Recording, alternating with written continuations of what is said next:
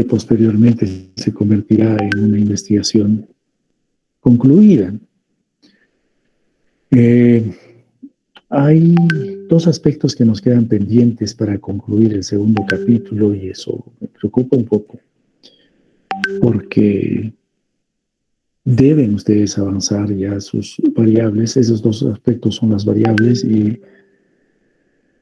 la hipótesis. Sin embargo,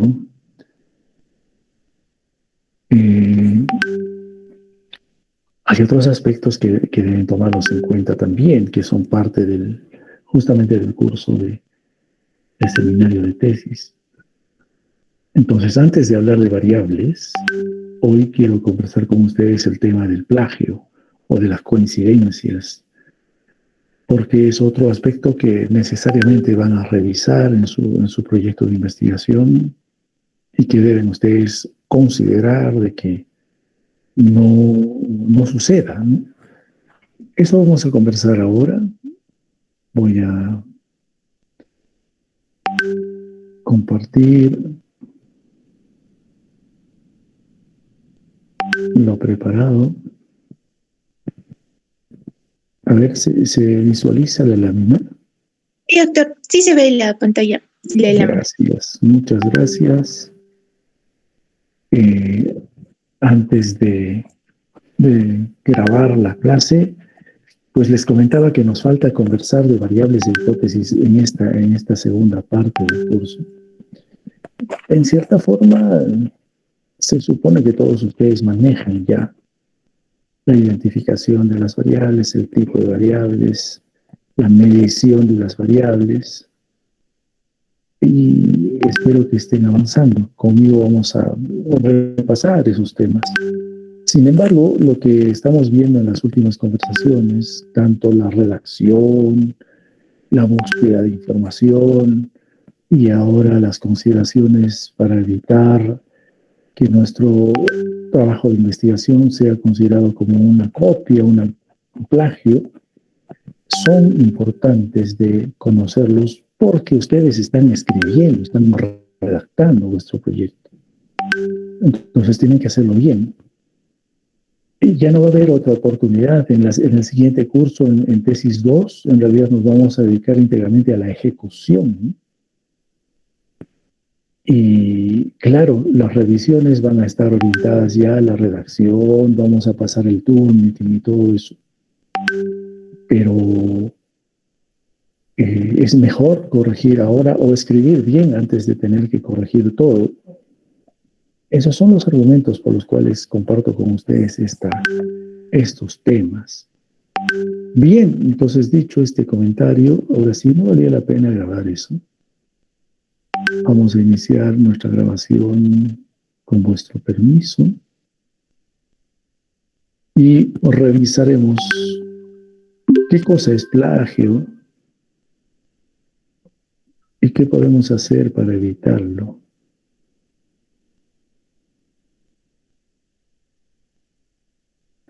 Bien, al escribir un proyecto de investigación, nos vamos a dedicar al proyecto mismo, ¿no? A la investigación, quiero decir. Si yo escribo mi proyecto, ¿no? Protocolo. Este proyecto se convertirá en la investigación propiamente dicha, ¿no? Investigación concluida. Esta investigación concluida para vuestro caso puede ser presentada como tesis, puede ser presentada como un artículo científico, puede ser presentada como una ponencia, etcétera. En concreto, va a ser publicada. Publicado significa de acceso público. a todos. Soy bastante redundante en algunas cosas, pues que es importante acentuar esa deducción, ¿no? Esa manera de abordar el tema del que estamos pretendiendo conversar ahora. Bien, el hecho es que si yo voy a presentar para una tesis o para un artículo, vamos a tener los revisores, ¿no? Estos revisores pueden ser desde el asesor, puede ser el dictaminante, puede ser el replicante, puede ser el editor de la revista, ¿no? O el comité editorial, etcétera, ¿no? Bien, ¿y qué van a ver? ¿Qué es lo que van a ver todas estas personas cuando tengan en sus manos vuestro trabajo de investigación? Pues van a revisar una serie de elementos. Por ejemplo, bueno, toda revisión tiene dos aspectos, ¿no? Hay una revisión de forma, o sea, cómo se escribe en concreto, y hay una revisión de fondo, y esta es la más grave, ¿no? Si yo tengo observaciones de fondo, es más complicado, más complicado. Bueno, entonces, ¿qué van a revisar? La mayoría revisa resultados, es decir, la validez de los resultados.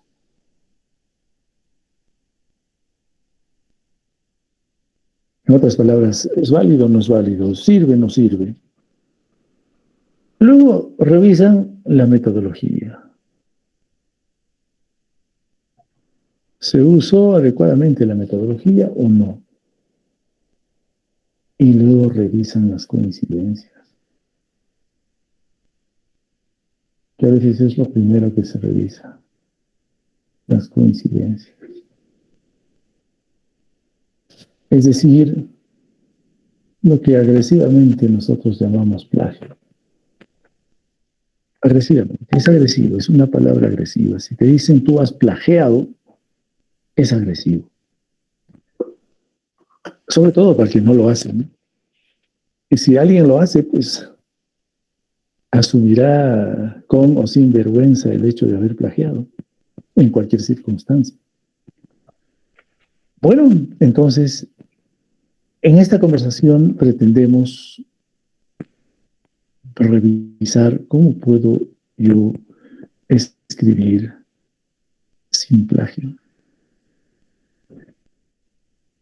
Todos ustedes estarán deduciendo una respuesta muy simple.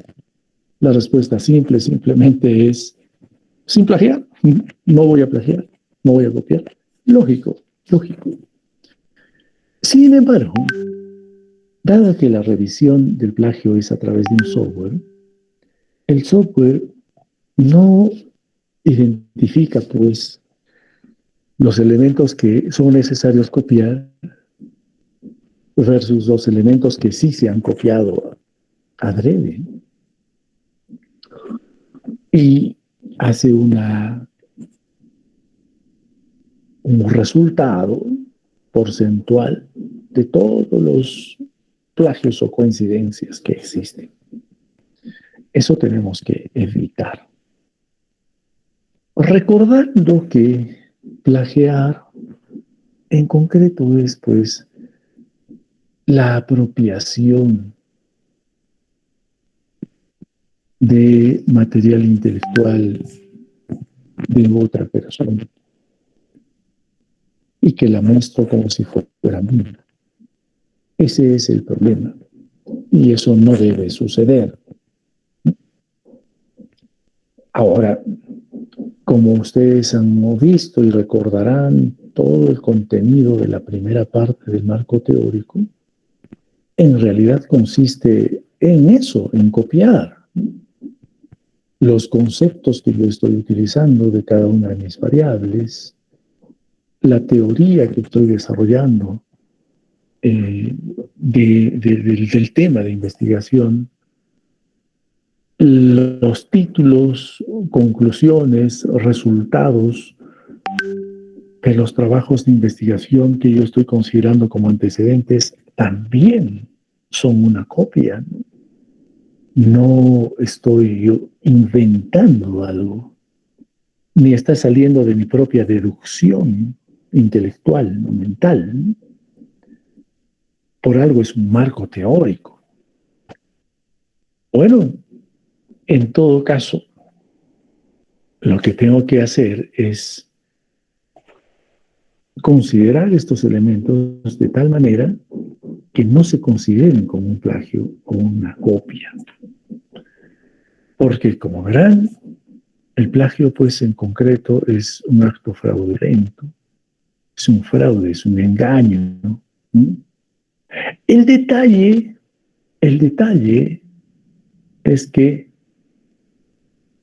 existe la presunción de que es intencional. Cuando alguno de nosotros, al pasar por el software de revisión, nos dicen, mira, todo este porcentaje has copiado, ¿no? O uno de sus jurados le dice, mire, señorita, usted todo este párrafo, que consiste casi 2, 3 páginas, usted ha copiado. Bueno, dirán, bueno, profesor, esa no era mi intención, efectivamente, ¿no? No lo he hecho a propósito. Es más, ni siquiera me he dado cuenta de que podría considerarse como un plagio. Es decir, uno actúa sanamente, ¿no? Con buena intención. El detalle es que, fíjense, si recordamos qué cosa es un plagio, desde su origen etimológico, pues es una especie de robo. Entonces esto ya es agresivo, es muy agresivo.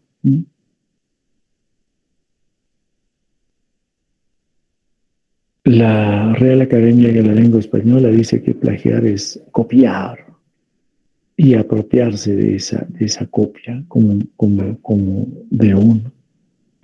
Entonces decíamos, si esto me sucede, pero no lo hago intencionalmente, sino lo hago con la buena voluntad y la buena intención de argumentar mi trabajo, la presunción existe de que si fuera o no fuera intencional. Peor en el Perú, ¿no? En el Perú no se cree nada, nadie cree a nadie.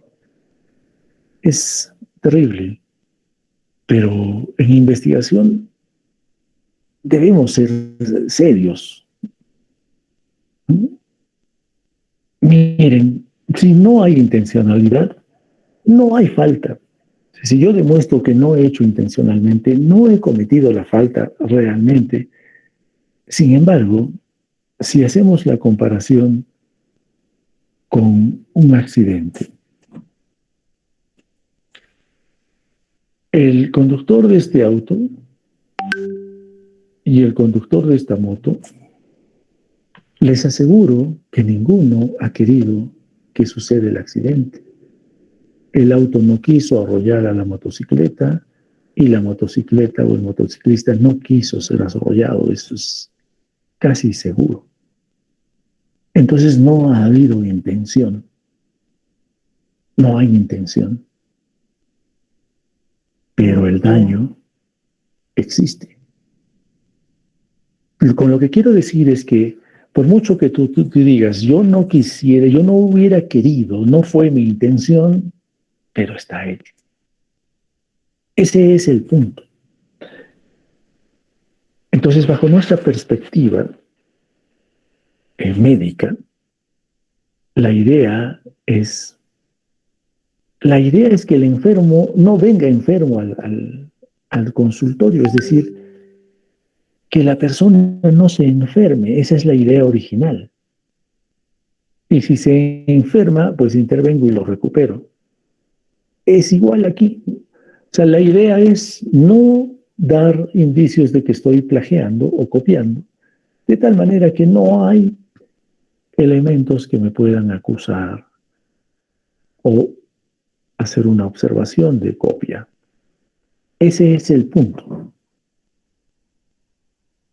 Por consiguiente, pues debo tratar de pasar el mensaje de manera adecuada, tener una estructura mental de las ideas que yo quiero comunicar con mis, ¿no? Con mi pensamiento propio, ¿no? Y, por supuesto, citar. Si utilizo, como que lo están haciendo todos ustedes y lo hacemos todos los que hacemos investigación al argumentar el marco teórico, utilizo libros, utilizo páginas web, utilizo otras investigaciones, utilizo revistas. Tengo que citar, de tal manera que no haya la apariencia de que yo estoy apropiándome de elementos que no son míos. Y para ello tenemos que recordar algunas reglas, como dice el subtítulo, de la escritura científica, ¿no? Por ejemplo, debo escribir para comunicar, no para impresionar. El detalle es que en Latinoamérica en general, nosotros tratamos de resaltar lo que queremos decir con muchas palabras, sobre todo cuando escribimos. Podríamos escribir una sola línea y se entiende perfectamente, pero hacemos media página para decir la misma cosa. Esto es algo un poco chocante cuando estamos en otro contexto, porque cuando se escribe en inglés, por ejemplo, o en francés o en alemán, no se hace tanta retórica. Y se va al grano, directo al punto que uno quiere decir. Ahí una de las grandes divergencias, uno de los grandes, digamos, choques, si cabe el término, cuando ustedes están en otros países, sobre todo europeos. Hay un choque grande porque hay una gran diferencia de la forma de escribir. Entonces, si ustedes se concentran en que lo que estoy escribiendo es para comunicar, no estoy haciendo una poesía ni tampoco estoy escribiendo una novela. Estoy escribiendo un trabajo de investigación, un protocolo de investigación. Entonces tengo que ceñirme a la escritura científica. Para ello hay que tomar buenos modelos, tener la información necesaria, organizar la información, ¿no? Hay muchas formas de organizarlas, generalmente es secuencial la organización de la información. Y lo que siempre les digo, ¿no? Hay que darse el tiempo necesario para poder escribir bien. En 2 amanecidas ustedes no van a hacer un buen trabajo definitivamente. Es necesario tiempo y tenemos ese tiempo, estamos tratando de dar ese tiempo, ¿no? Sé que en otros cursos los profesores les piden de una semana a otra el trabajo casi terminado. Yo no entiendo qué pretende el profesor. Primero, supongo que piensa que el alumno está íntegramente dedicado a este curso y no tiene otra cosa más que hacer.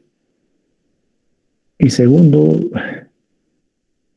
hay que entender de que el mismo diseño de la investigación te da una temporalidad. Cada investigador dice, yo voy a hacer este estudio entre tal y tal periodo. Entonces, ¿cómo puedes hacer en menos tiempo? Tendrías que variar todo el diseño, etc. Entonces, es necesario tomarse el tiempo correspondiente. Lógico que tampoco es indefinido, ¿no? Hay tiempos, por algo se hace un cronograma. Ustedes saben que al finalizar el proyecto de investigación hay un cronograma. Eso se tiene que cumplir, ¿no? De igual manera, las palabras que estoy utilizando tienen que estar orientadas para quienes van a leer, ¿no? Tiene que ser comprensible lo que escriben. Tienen que citar las citas. Es importante, ¿no? Y bueno, complementar si fuera necesario. Bien, ¿qué elementos más debo tomar en cuenta cuando escribo? Debo escribir con claridad, ¿no? Lógicamente no tengo que usar palabras o siglas que nadie entienda. La jerga en general no, salvo que sea absolutamente necesario de escribir. Y las siglas, ya saben ustedes, para eso está la definición de términos.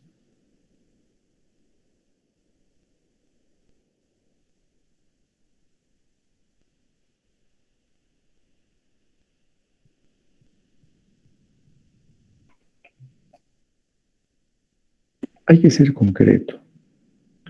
Como les decía, no estamos escribiendo una novela. Por consiguiente, no necesariamente tengo que pensar en que va a ser extenso. Ni tampoco estoy escribiendo una poesía. Por consiguiente, no necesito buscar palabras abstractas o palabras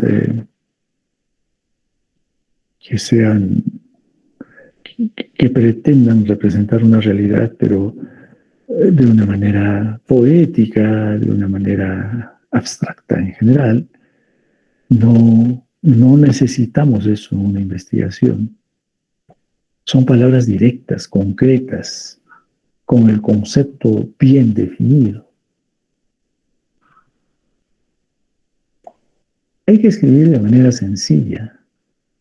No tiene por qué complicar lo que quieren decir, ni pretender que las personas adivinen lo que ustedes quieren expresar. Hay que ser claro y sencillo y utilizar el lenguaje más adecuado. Hay que saber usar las palabras. Es increíble a veces la dificultad de redacción que uno ve, ¿no? Como casi diario tengo que leer proyectos de investigación u otros documentos. Yo podría decirles que hay un número importante de personas que tienen dificultad para escribir bien, para tener coherencia, sintaxis, incluso para la ortografía. Tenemos que, bueno, la forma de superar esas debilidades si las tuviéramos, ¿no? Porque, bueno, aquí puede pasar, les van a pasar, no hay problema, pero si van afuera, no les van a perdonar ello. Bien, si voy a escribir un artículo como producto de mi investigación, ¿no? También debo tomar en cuenta ello, ¿no? Ya estamos ahora hablando sobre nuestro protocolo, pero si fuera el artículo o la investigación terminada, voy a tener que expresar los resultados en palabras escritas, ¿no? Debo tener en cuenta la originalidad, la brevedad, ¿no? ¿Cómo explico ello? Por eso también es importante que revisen los antecedentes, porque ahí están viendo cómo escriben, cómo resumen, cómo todo un contexto lo pueden decir en 2 o 3 líneas nada más, ¿no? Porque como les dije, su documento va a ser revisado, ¿no? Y así sucesivamente lo que ustedes tengan que consignar, hay que hay que o reconocer la autoría.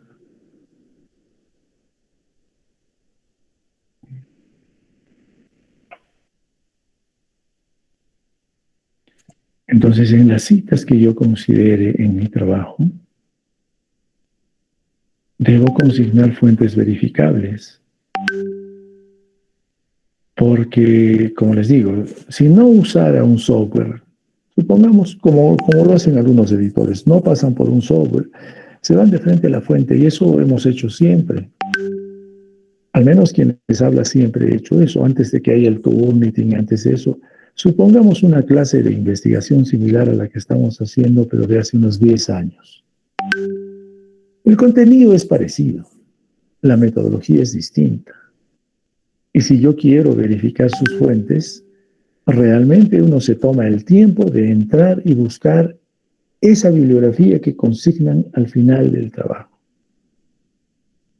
¿No? ¿Y cuántas veces hemos encontrado que o la bibliografía no existe o es una bibliografía de la cual no tiene nada que ver con el trabajo que están presentando y la pusieron por poner, por ejemplo? ¿No? Entonces la fuente tiene que ser verificable, ¿no? Así como los antecedentes también, ¿no? Hay que poner conceptos, tienen que ser citados definitivamente. Si ustedes ponen un concepto, ustedes no están dando el concepto lo están copiando. Pero ahí también debemos, no se olviden que cuando se hace la operacionalización de variables, ¿no? Está la definición de la variable, definición conceptual, que es esta, ¿no? Es la copia, es esta. Pero está la definición operacional, ¿no? Ustedes se acordarán de lo que han hecho en investigación. La definición operacional sí la pone el investigador. Esa sí es mi definición. De la misma variable, ¿no? Estamos hablando de la misma variable. Bien, la metodología que se usa, discusión relevante en base a los antecedentes, las recomendaciones, etcétera. Si ustedes utilizan algún elemento que no es vuestro, tienen que citarlo. La discusión, por ejemplo, la discusión es íntegramente en base a los antecedentes. Para eso son los antecedentes. Entonces hay que citar. Las recomendaciones usualmente es del investigador, pero si eventualmente ustedes tomaran en cuenta la recomendación de otro estudio, pues lo tienen que citar. Entonces citamos todo lo que no es mío, en concreto, ¿no? Ya hemos hablado de las fuentes verificables, ¿no? Los artículos, lo que ustedes utilicen, ¿no? Las referencias. Bien, aquí hay una controversia, ¿no? Todos dicen, en realidad esta es una moda. Una moda en español, no es moda estadística, ¿no? Todos dicen 5 años, 5 años. Pero si van a la literatura, en realidad, se habla de 10 años de antigüedad.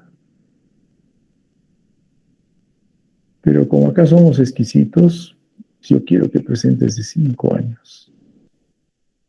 Bueno, cuanto más nuevo el antecedente, mejor, lógicamente, ¿no? Bien. ¿Qué no debo citar? ¿No? ¿Cuándo no debo citar? Esto es un poco ético, ¿no? Si no he leído el artículo, no lo cito. Cuando solamente estoy tomando conocimiento del resultado, nada más, entonces tampoco vale la pena citarlo. La autocitación. Sí, por supuesto que uno puede autocitarse, ¿no? para algunas cosas que uno escribe. Por ejemplo, uno de los últimos libros que escribí o manuales que uno puede escribir, toma en consideración, por ejemplo, bueno, no lo he actualizado, el último documento es una especie de manual que he escrito como para elaborar la tesis universitaria justamente, pero está desactualizado porque eso, la tercera edición es como de hace 5 años, está un poco pasado y no tengo tiempo para actualizarlo, sino ya se los hubiera compartido. Ahí, por ejemplo, tengo una o dos autocitaciones porque hago referencia a documentos que escribí anteriormente. Y eso puede suceder, ¿no? Uno puede hacer referencia a algo que tú mismo has hecho, pero pues eso una o dos referencias. No es toda la investigación. Ojo, porque eso llama la atención, ¿no? Quizás en algún momento ustedes van a ver algunas publicaciones o investigaciones de alguno de vuestros profesores en donde se autocita reiteradas veces. Y si uno revisa, en realidad sí, parecen ser diferentes investigaciones, cuando en realidad es prácticamente la misma investigación, pero con título distinto. Entonces eso no es, digamos, tan recomendable. Entonces hay que ser correcto simplemente, ¿no? Si uno hace bien las cosas, no tiene por qué preocuparse.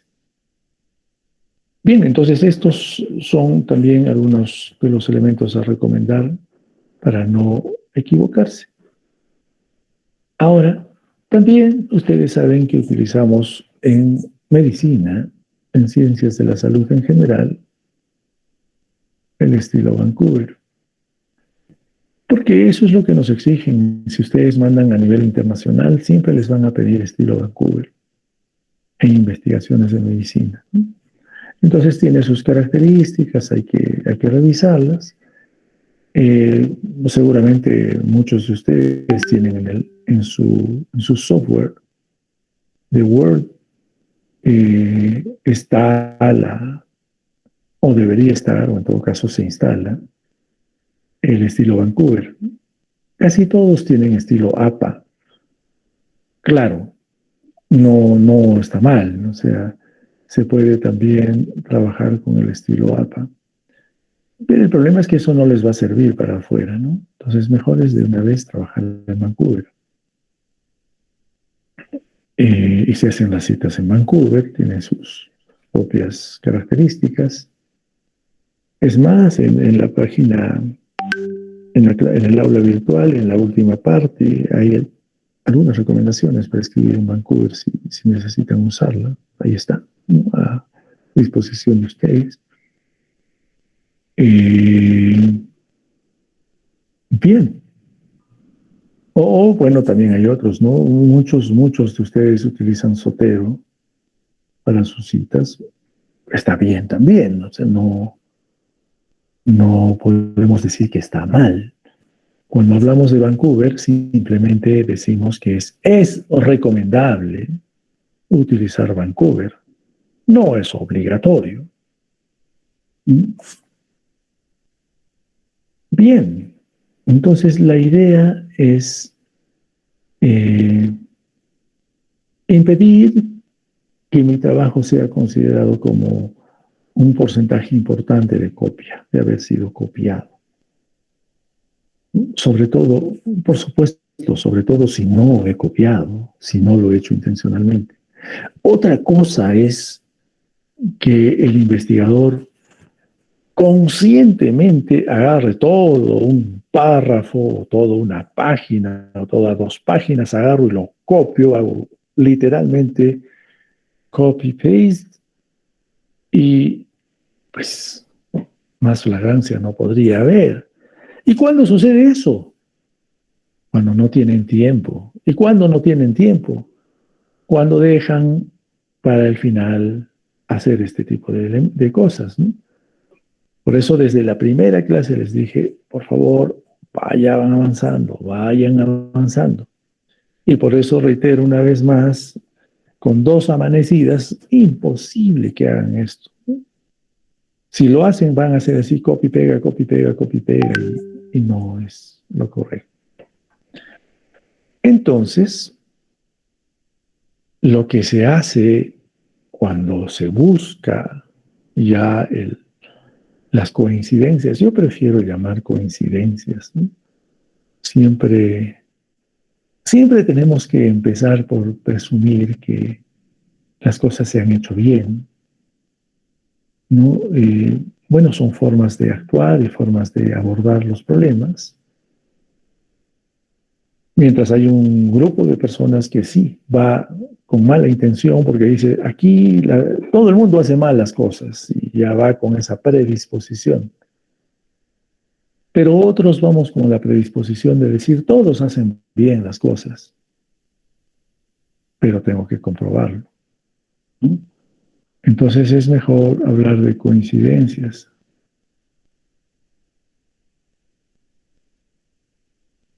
Porque si no, vamos a ser muy duros, ¿no? Muy agresivos. Usted ha cometido un fraude. No es sencillo asumir esa responsabilidad.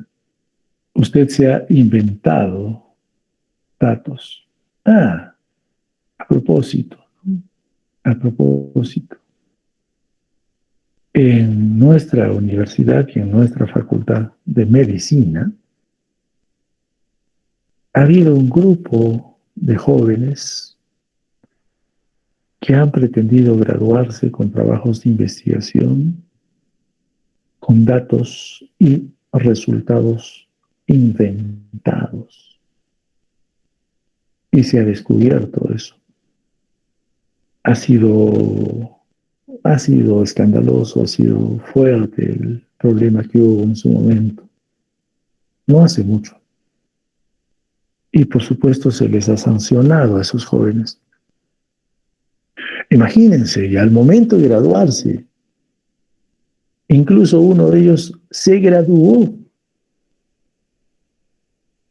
Y siempre pues hay algún jurado que es mucho más agresivo que otro, acucioso, y descubrió que se habían inventado los datos. Fue muy fuerte, porque hubo la intervención del mismo rector en su momento, sanciones, suspensiones. Bueno, este comentario a propósito de que sí, efectivamente hay personas que inventan datos. Eso no puede suceder, ¿no? O hay manipulación de datos. Y el plagio propiamente dicho, ¿no? O sea, la apropiación de ideas.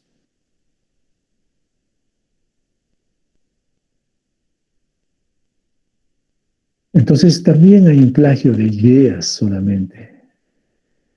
No solamente es el plagio de elementos ya escritos, de resultados demostrados, sino también de ideas. Entonces hay que tener cuidado, ¿no? No reconocer que si la idea no es mía, pues debo mencionar al que sugirió esta idea inicialmente. Debo citar. Por eso evito esto citando la fuente con una comunicación personal, con un agradecimiento. Si es que son ideas, pues una idea difícilmente la citas, pero por lo menos se puede agradecer, ¿no? Agradecimiento, agradezco a tal persona, tal, por haberme dado la idea de tal cosa, a partir de la cual generé tal otro elemento, algo así, ¿no? Entonces, ese es el hecho, ¿no? De ser reconocido. Reconocer lo que hemos tomado de otra persona.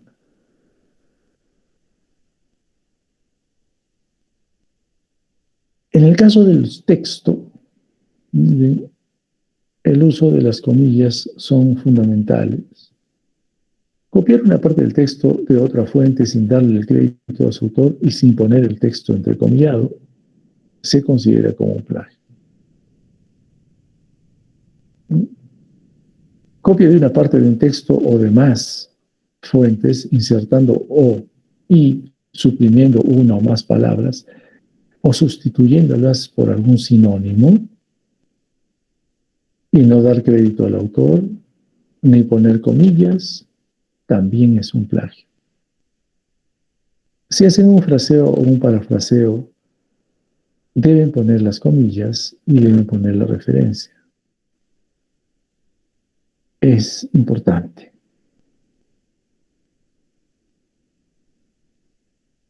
Aquí hay algunos ejemplos de plagios. Este es el texto original y este es el plagio. Se identifican los plagios, un plagio parcial, un plagio literal.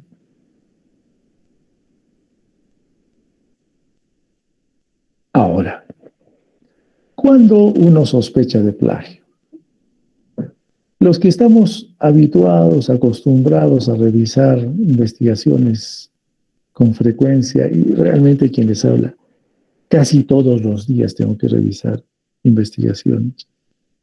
Uno más o menos sabe dónde buscar o cómo darse cuenta, ¿no? Por ejemplo, ¿no? Solo leyendo párrafos, un párrafo y luego el siguiente y luego el subsiguiente. Muchas veces los párrafos no son coherentes. Entonces ahí automáticamente sospechas cómo la persona va a cambiar de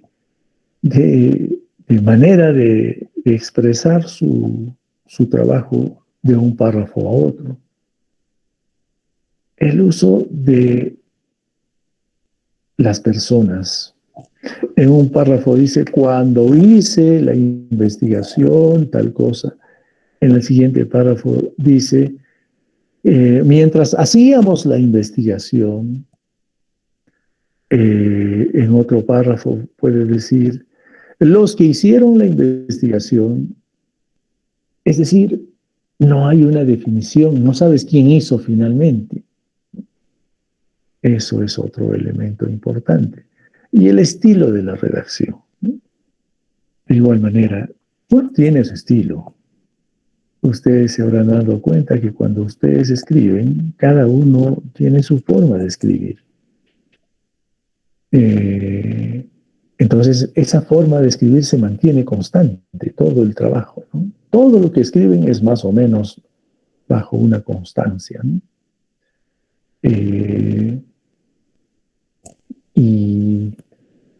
Y si no es constante, pues te das cuenta, pareciera que hubieran escrito 2 o 3 personas distintas, porque el estilo es diferente. Incluso aquí ya no estoy mencionando, pero también no es raro encontrar diferente tipo de letra o tamaño de la letra. Un párrafo está en 11, otro párrafo está en 12, otro párrafo está en 10, un párrafo está en Arial, otro párrafo está en Times, etcétera. Definitivamente, ¿no? Eso es clarísimo, que se ha copiado.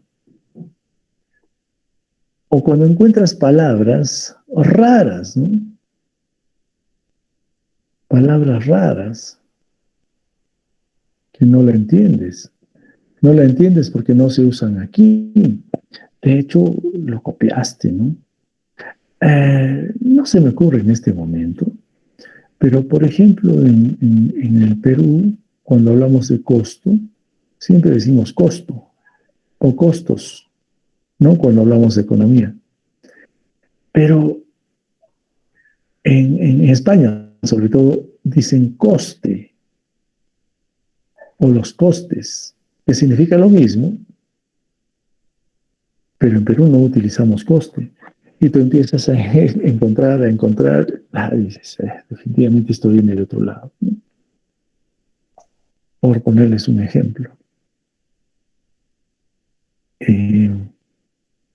las referencias no citadas o las citas no referenciadas, diferentes estilos de cita, también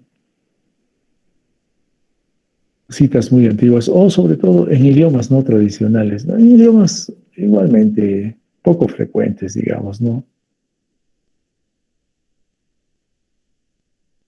Bueno, si ustedes ponen antecedentes, salvo que esté traducido, si está traducido, como hemos visto cuando hacemos la búsqueda, y ustedes hacen una traducción y ponen la traducción, eso es otra cosa. Pero aún así, si ustedes ponen, por ejemplo, un artículo en chino, si el artículo original es en chino, ¿cómo traducirían ustedes al español? Tendrían que tener alguna noción de que ese artículo original en chino tiene alguna relación con vuestro tema y recién lo han traducido. No van a estar traduciendo todos los artículos en chino, imagínense, o en árabe, ¿no? Eh, o en hebreo, en idiomas que no son usados en nuestro medio, lo cual no quiere decir, por supuesto, que alguno de ustedes no pudiera manejar uno de estos idiomas, por supuesto, eso es totalmente aceptable, ¿no? Eso no es raro tampoco, pero eso es alguno de ustedes, no todos ustedes. ¿Mm? Entonces, si yo hiciera una observación, por ejemplo, en pleno grado y diría, mire señor, usted ha puesto aquí dos o tres artículos como antecedentes que originalmente están en árabe, ¿usted entiende árabe? Esa sería mi pregunta. Y si yo fuera el graduando, le respondería en árabe y le explicaría en árabe que sí entiendo el árabe. Por ejemplo, ¿no? Esa es la mejor manera de demostrar que uno domina o entiende el otro idioma. Bueno, entonces son elementos que hay que tomarlos en cuenta, ¿no? O la cita de citas. Ahora en el inglés, pues casi nadie hace observaciones de inglés porque, bueno, casi todos, me imagino que todos ustedes manejan inglés, entonces no hay problema. Miren, algunos ejemplos. Se evaluaron las introducciones de 24 trabajos de investigación realizados en un curso universitario, en una facultad de medicina. 24 trabajos. 23 de los 24 tenían evidencia de plagio y 8 eran flagrantemente un plagio. De esos 44 fuentes eran fuentes no confiables.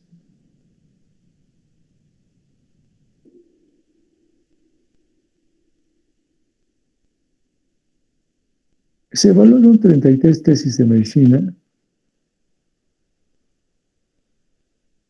para buscar plagio.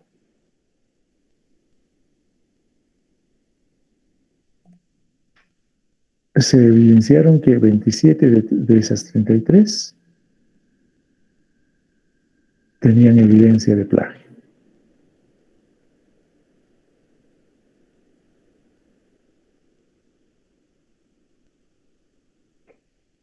Se encontró plagio literal en 20 de estas 27.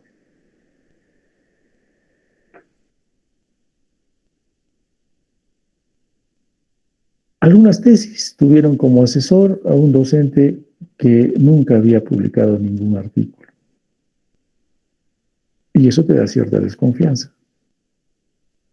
Por supuesto, solamente es desconfianza, no significa que un asesor que nunca publicó nada no pueda asesorar, eso no significa tampoco. Cuando mandan al extranjero, usualmente confían en la honestidad del investigador. Pero no por eso hay que aprovecharse.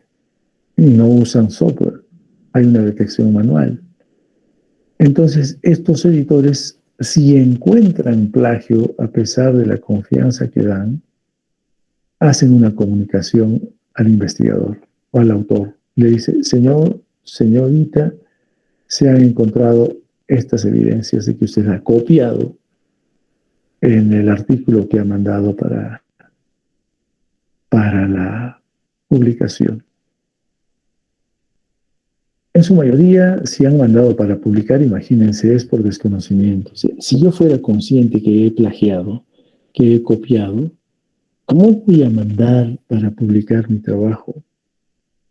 Es lógico que se van a dar cuenta que hay varios párrafos que he copiado. Es lógico.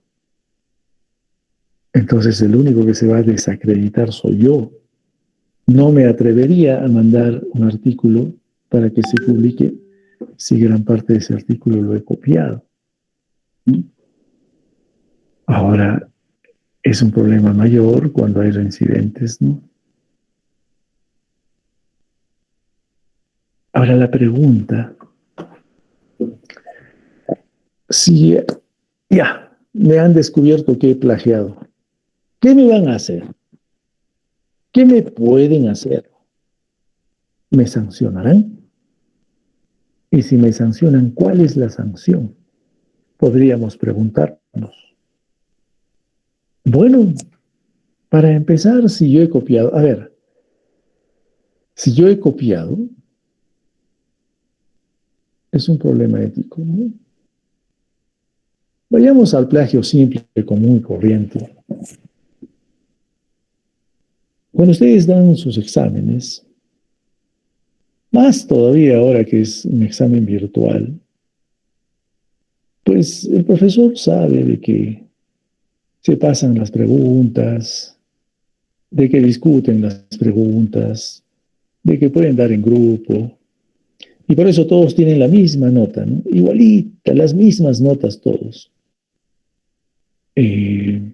Bueno, el profesor sabe eso. Ahora, hay profesores que se bloquean con esa situación, ¿no? Y están buscando cómo puedo hacer para que no plagien. Y tratan de poner sus grados de dificultad, etc. Bueno, al final, ¿qué gana el profesor con que el alumno no plagie? En realidad nada, porque el alumno que quiere plagiar lo va a hacer. Y el alumno que estudia, pues no necesita plagiar simplemente. Y finalmente, el único que se perjudica es el alumno, nada más. Puedes aprobar con 18, con 20, pero no sabes nada. Y eso se ve en el impacto, ¿no? Eso se ve bastante en el impacto. Bueno, el hecho es que, por eso también hay la locura de muchos profesores de tienen que dar exámenes presenciales, porque en el presencial es más difícil que plagien. Por supuesto, eso no quiere decir que no lo hagan, pero es más difícil. Porque además tú estás mirando directamente al estudiante que da su examen. Entonces, hablando de la sanción, ¿es sancionado o no es sancionado? Si yo veo a un estudiante y compruebo que está copiando, pues las reacciones más de los profesores es uno, decir, bueno, señor, se retira usted en este momento y su prueba queda tal y como está. Otra reacción es de igual manera, o sea, en todos los casos el estudiante se retira. Eso sí sería, ¿qué les digo? Una actitud sin ninguna autoridad, el que el estudiante que ha cometido la falta siga quedándose en el aula. Se le retira la prueba y usualmente los profesores dicen, bueno, tiene usted 0. Y en su delante agarra su lapicero rojo y le pone 0. Eso es bastante frecuente, ¿no? Y así sucesivamente. Esas son las sanciones en un plagio, en un examen. Fíjense, es lo más elemental, lo más pequeño. ¿Y qué sucede si es el plagio de una tesis? Ahí viene el detalle, ¿no? No puse comillas, En concreto,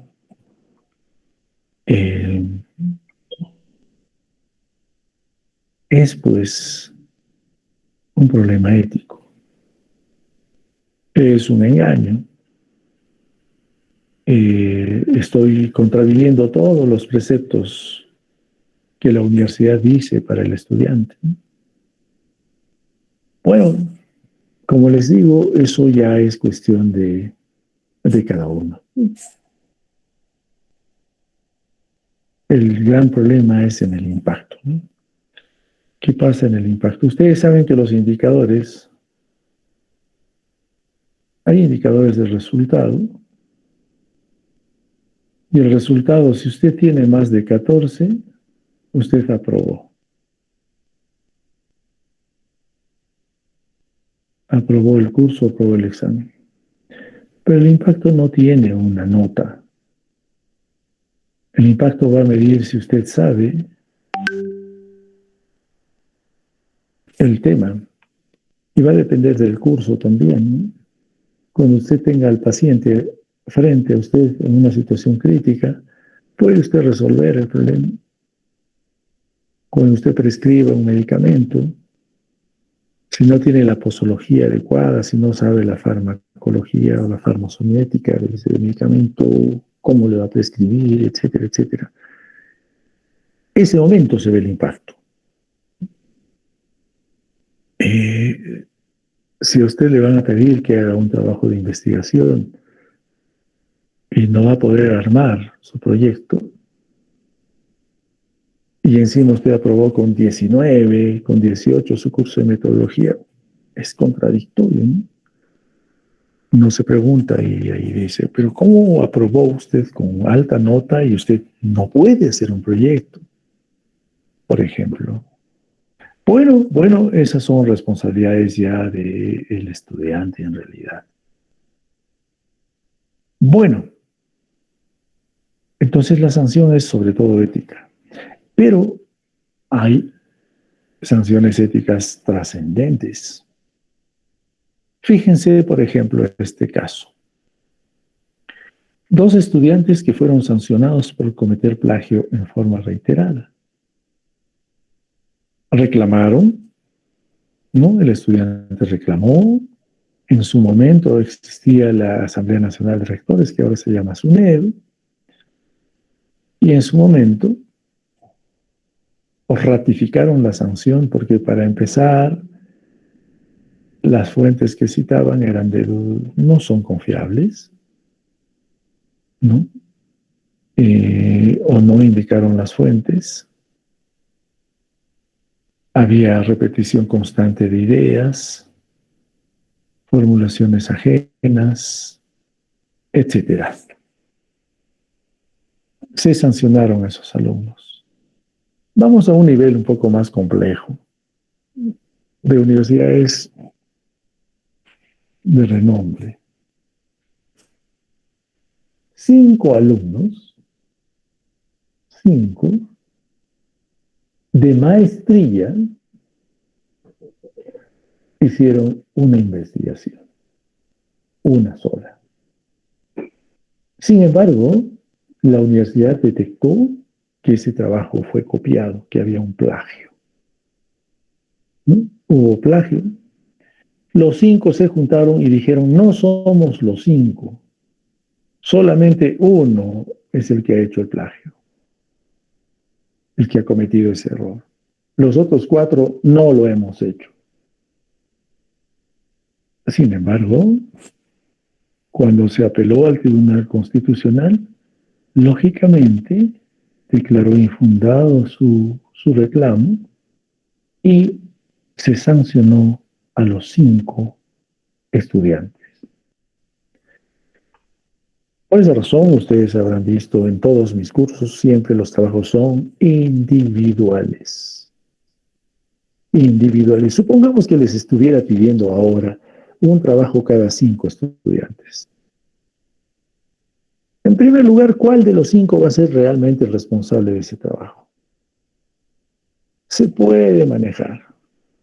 Pero lo peor de todo, terminamos el curso y ¿quién se queda con el trabajo?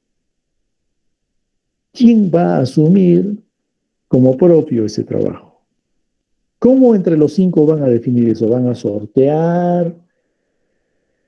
¿Cómo va a ser? Si yo fuera uno de los 5 y no me toca, diría, caray, me he esforzado todo el semestre para hacer este trabajo y se lo ha llevado otra persona. No es justo, ¿no? Por eso es que cada uno tiene que realizar su trabajo. Bien, otros quesitos más. Vamos a niveles ya internacionales más pesados, ¿no? Un ministro alemán fue acusado de plagiar su tesis. Inmediatamente renunció. Esa es una sanción terrible, ¿no?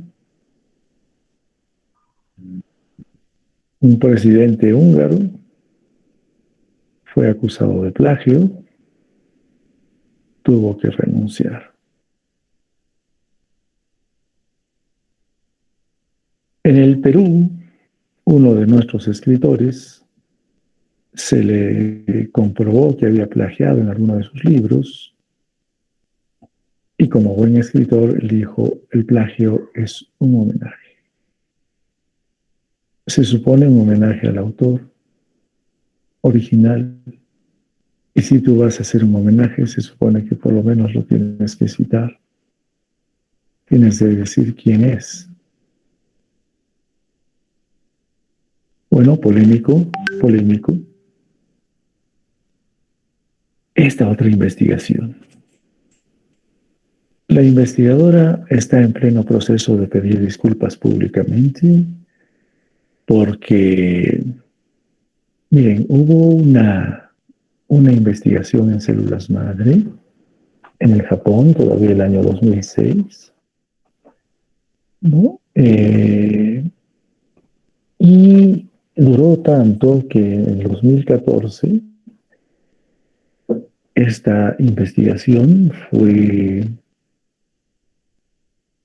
asumida por un instituto de investigación reconocido en Japón y se publicó en una revista internacional. El gran detalle es que cuando quisieron reproducir los resultados de esa investigación, no fue posible. Entonces fue sometido a un comité de investigación porque esa imposibilidad de reproducibilidad fue denunciada por un periódico de renombre internacional.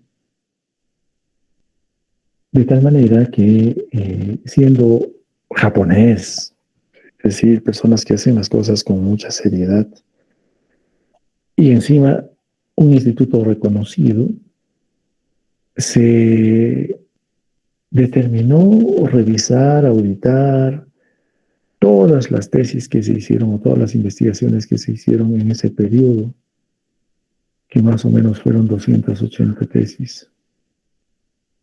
¿Mm?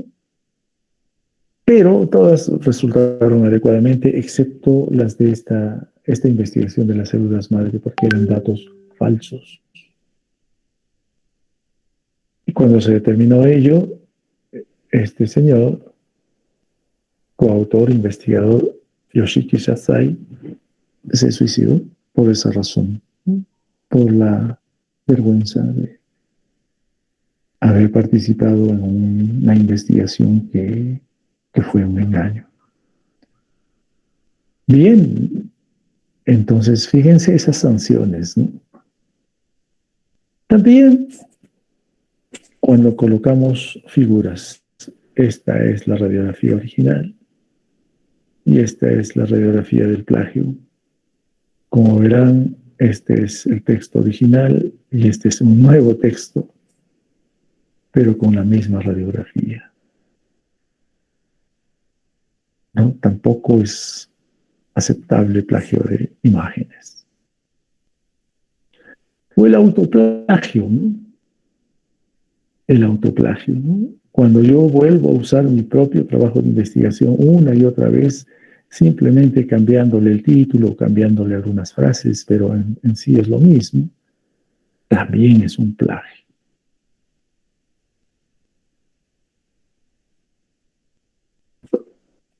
¿Qué intento de engaño? Pues Bien, esto ya hemos visto.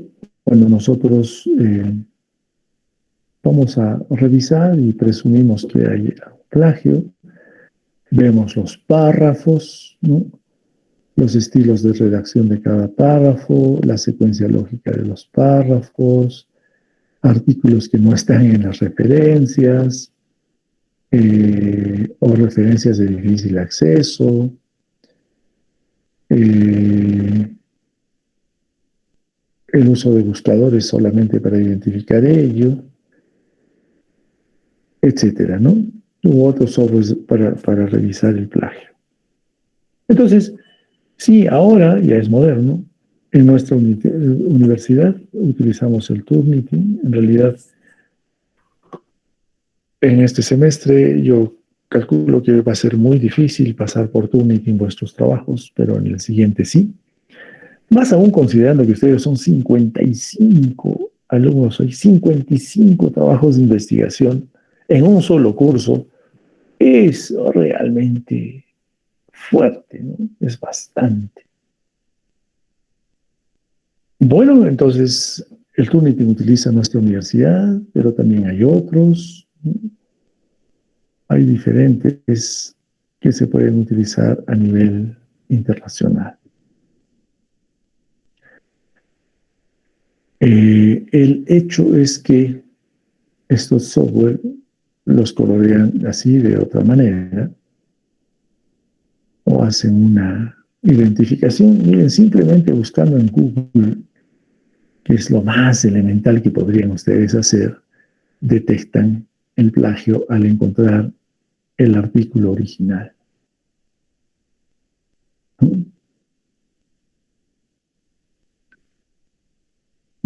El otro software lo colorea también así automáticamente. Este es un coloreado, el amarillo, hecho por el software. De igual manera, ya se ha buscado a través, en este caso, del plagio y ha identificado las coincidencias.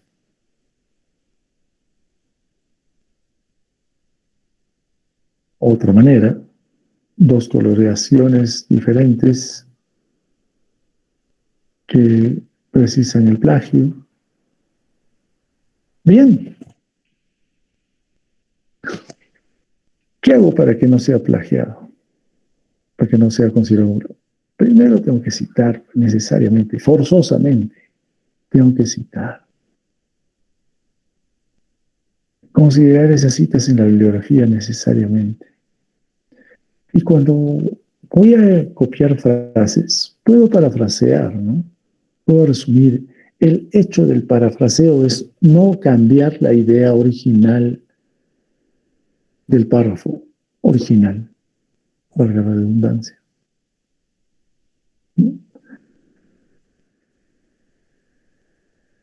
Entonces, en lo posible tengo que evitar copiar, no me puedo olvidar de citar, no me puedo olvidar de entrecomillar.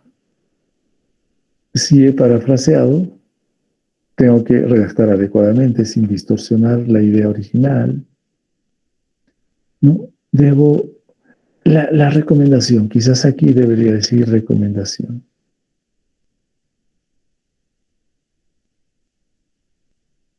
La recomendación es partir de mis propias ideas. ¿Qué pienso yo al respecto? Elaboro un constructo de lo que yo pienso, lo escribo y luego veo el párrafo y puedo hacer una conjunción de parafraseo, pero con mi propia idea, sin variar, evidentemente, sin variar el sentido que tiene el párrafo original.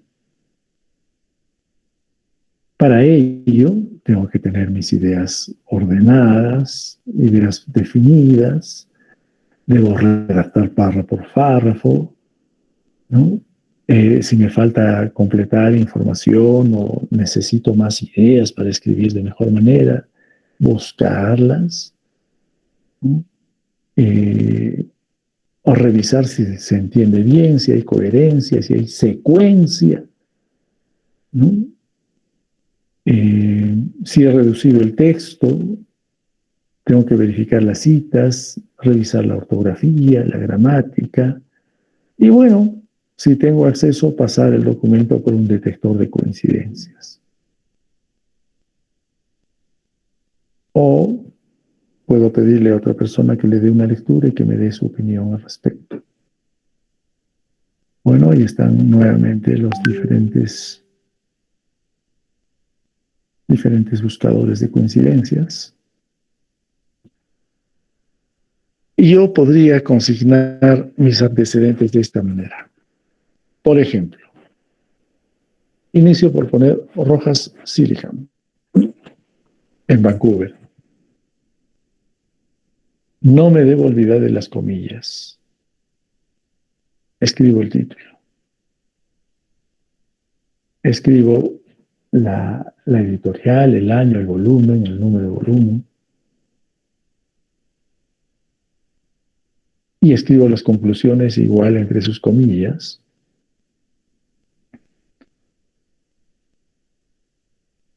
Continúo,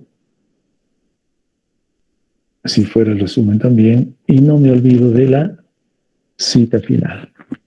Ahí está la cita final. Si pongo así, pues es poco probable que lo considere como una coincidencia. Y todo lo que está ahí en realidad es una copia, ¿no? Pero es una copia necesaria. O sea, y, ojo, otro detalle. Lo que está copiado aquí es un antecedente.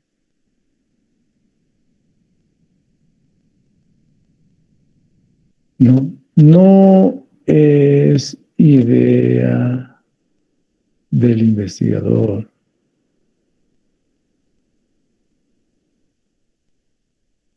No es idea, ni tampoco es opinión, ni tampoco es conclusión, etcétera, del investigador. Ese es otro detalle.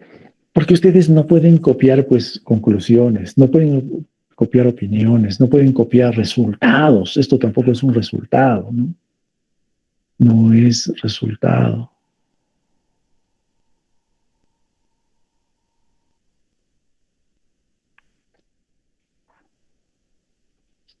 Ahí sí es imperdonable, ¿no? O sea, que un resultado sea coincidente con otro, olvídense, eso es imperdonable, ¿no? Bien, más recomendaciones, ¿no? Al parafrasear o resumir el trabajo de otros, tienen que, lo que les decía, ¿no? Reproducir, tienen que decir, reflejar el mismo significado, la misma idea que el autor original quiere transmitir, ¿no? Si tengo dudas, lo cito al parafrasear. Parafrasear no es otra cosa que utilizar las ideas de otra persona, pero poniendo con mis propias palabras. Por eso les decía, primero leo, después de leer pienso y saco mis propias conclusiones con mis propias palabras, sin modificar la idea original, y recién escribo, ¿no? No se trata solamente de cambiar el texto, reemplazar palabras por un sinónimo. No es eso en realidad. Es volver a escribir, pero con mis propias palabras, manteniendo la idea original del texto original.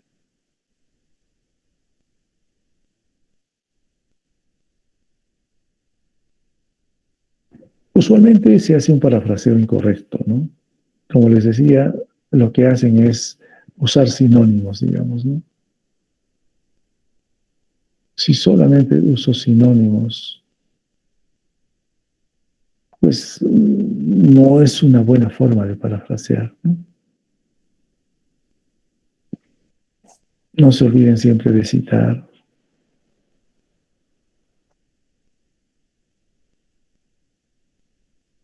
Entonces, debo tener esa capacidad, ¿no? De entender lo que dice la frase original y escribir lo que yo pienso sin modificar, reitero una vez más, la idea original.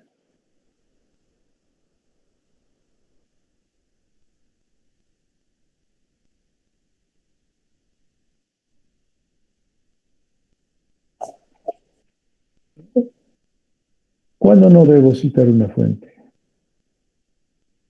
¿Qué tipo de fuente y cómo debo citar? No olvidarme que existe el plagio y no olvidarme qué puedo hacer para que no sea plagio lo que yo escribo.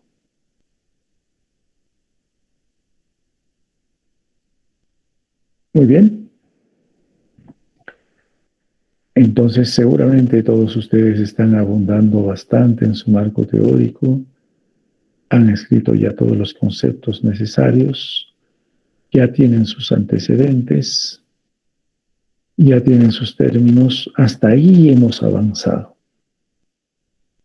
En la siguiente haremos un recordaris de lo que son las variables, solamente para consolidar, y seguramente que ya ustedes escribieron sus variables de investigación.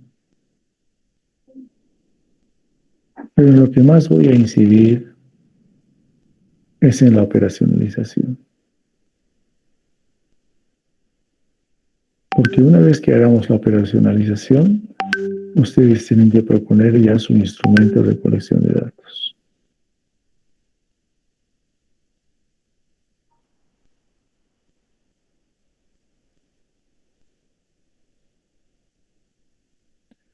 En este curso sí se hace eso, ¿no? En investigación no se hace el instrumento, pero en este curso sí tienen que hacer el instrumento. Bien, jóvenes, hasta aquí hemos avanzado. ¿Dudas?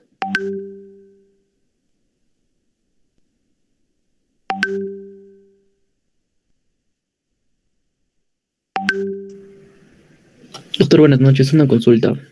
Dígame. Sí, en cuanto a los antecedentes del marco teórico, Sí. ¿cómo puedo saber si solamente puedo poner las conclusiones y ya no los resultados en una referencia?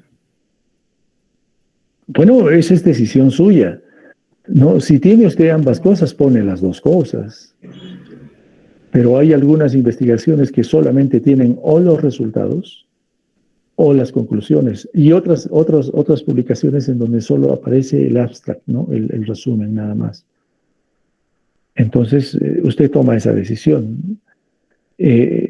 Personalmente yo, si tuviera una investigación que tiene ambas cosas, yo pongo las dos cosas.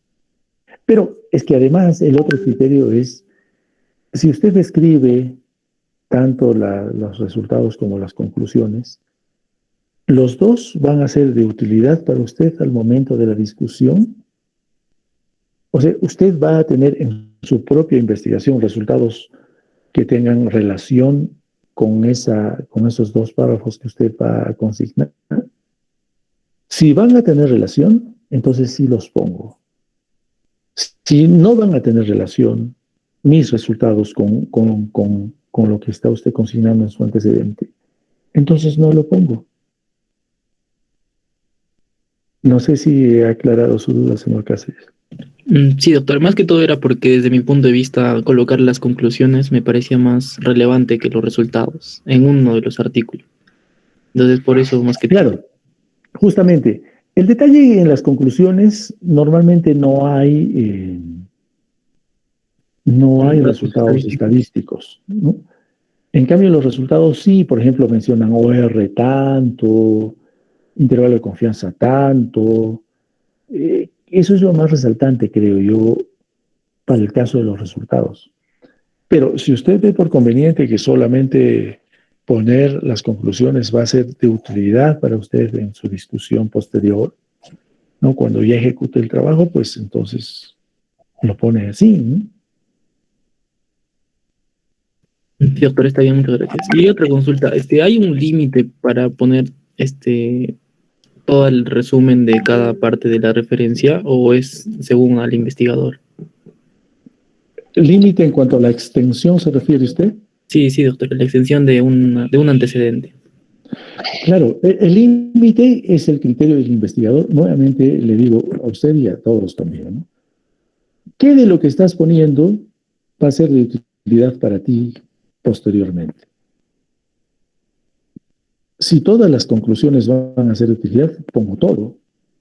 Si hay conclusiones que no tienen nada que ver con mi trabajo, porque hay muchas conclusiones, ¿no? Usted tendría que encontrar un artículo idéntico al suyo para que todas las conclusiones sean válidas en su discusión. Normalmente lo que pasa es que cuando encontramos antecedentes, esa investigación previa, ese antecedente, tiene un fragmento, una parte de la investigación que es coincidente con el trabajo. Y otra parte de esa investigación no, son otras cosas. Entonces, esos otros elementos que no tienen relación con el trabajo que yo estoy haciendo, pues no tienen trascendencia consignarlos.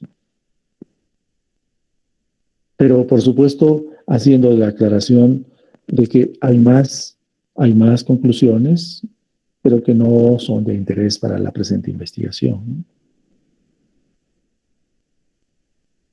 Claro, doctor. Eso es todo, doctor. Gracias. A usted, señor Cáceres. ¿Alguien más que quiera hacer alguna consulta?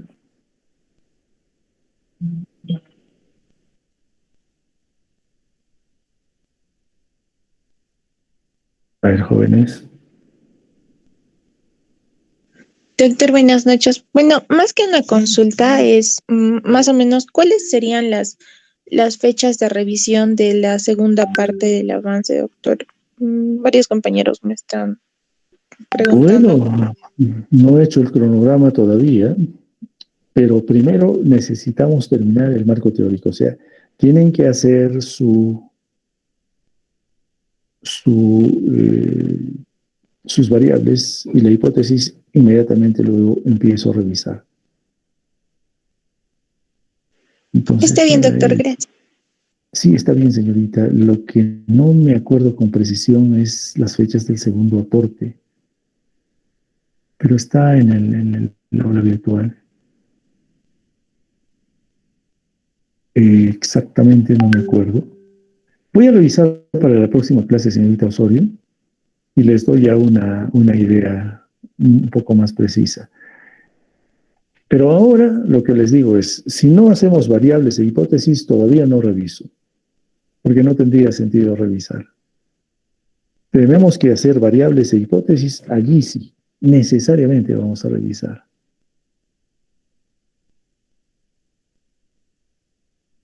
Ya, doctor, gracias. Ya. De nada. ¿Alguien más? Bueno, en todo caso, jóvenes, muchas gracias por haber acompañado la clase como siempre. Que tengan una bonita noche. Nos vemos la siguiente clase. Buenas noches con todos. Gracias.